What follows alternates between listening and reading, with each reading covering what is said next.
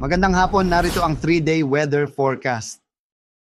At para sa lagay ng ating panahon, simula po sa Friday hanggang sa matapos na yung weekend sa April 12, we'll seeing pa rin po na magiging mainit at malinsangan sa malaking bahagi pa rin ng bansa. At nandyan pa rin yung mababang tsansa ng ulan kung dito sa may Luzon, magiging maaraw halos sa buong maghapon. No? At we're seeing naman dito sa parting Eastern Visayas at sa Mindanao, may tsansa pa rin ng kaulapan at mga minsang pag-uulan.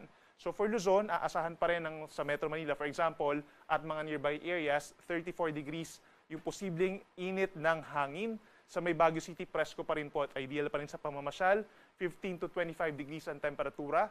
Habang sa may Legazpi City naman, magiging ideal pa rin at masisilayan pa rin ng Bulkang Mayon even though dapat malayo po, no?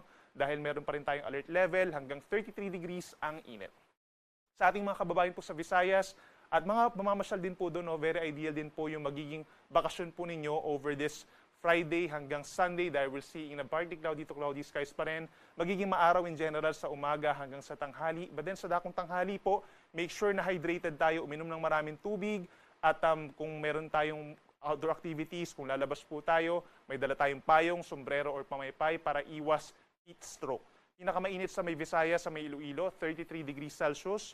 Habang dito na sa may Tacloban at sa may Metro Cebu, 31 to 32 degrees ang pinakamainit na temperatura. Habang sa Mindanao, we're seeing pa rin po na partly cloudy skies in general sa malaking bahagi, umaga hanggang hapon, and then sa hapon hanggang sa gabi may tsansa po ng mga kaulapan at mga pulupulong pag-ulan or pagkilad pagkulog. Again, walang kinalaman ito dun sa papasok po na bagyo sa ating PAR. Pinakamainit dito sa may Metro Davao in terms of air temperature at 35 degrees Celsius. Mas mainit pa yung ating mararamdaman, no? At inuulit natin yung mga syudad po dito sa Mindanao magiging mainit at malinsangan din pagsapit ng hapon.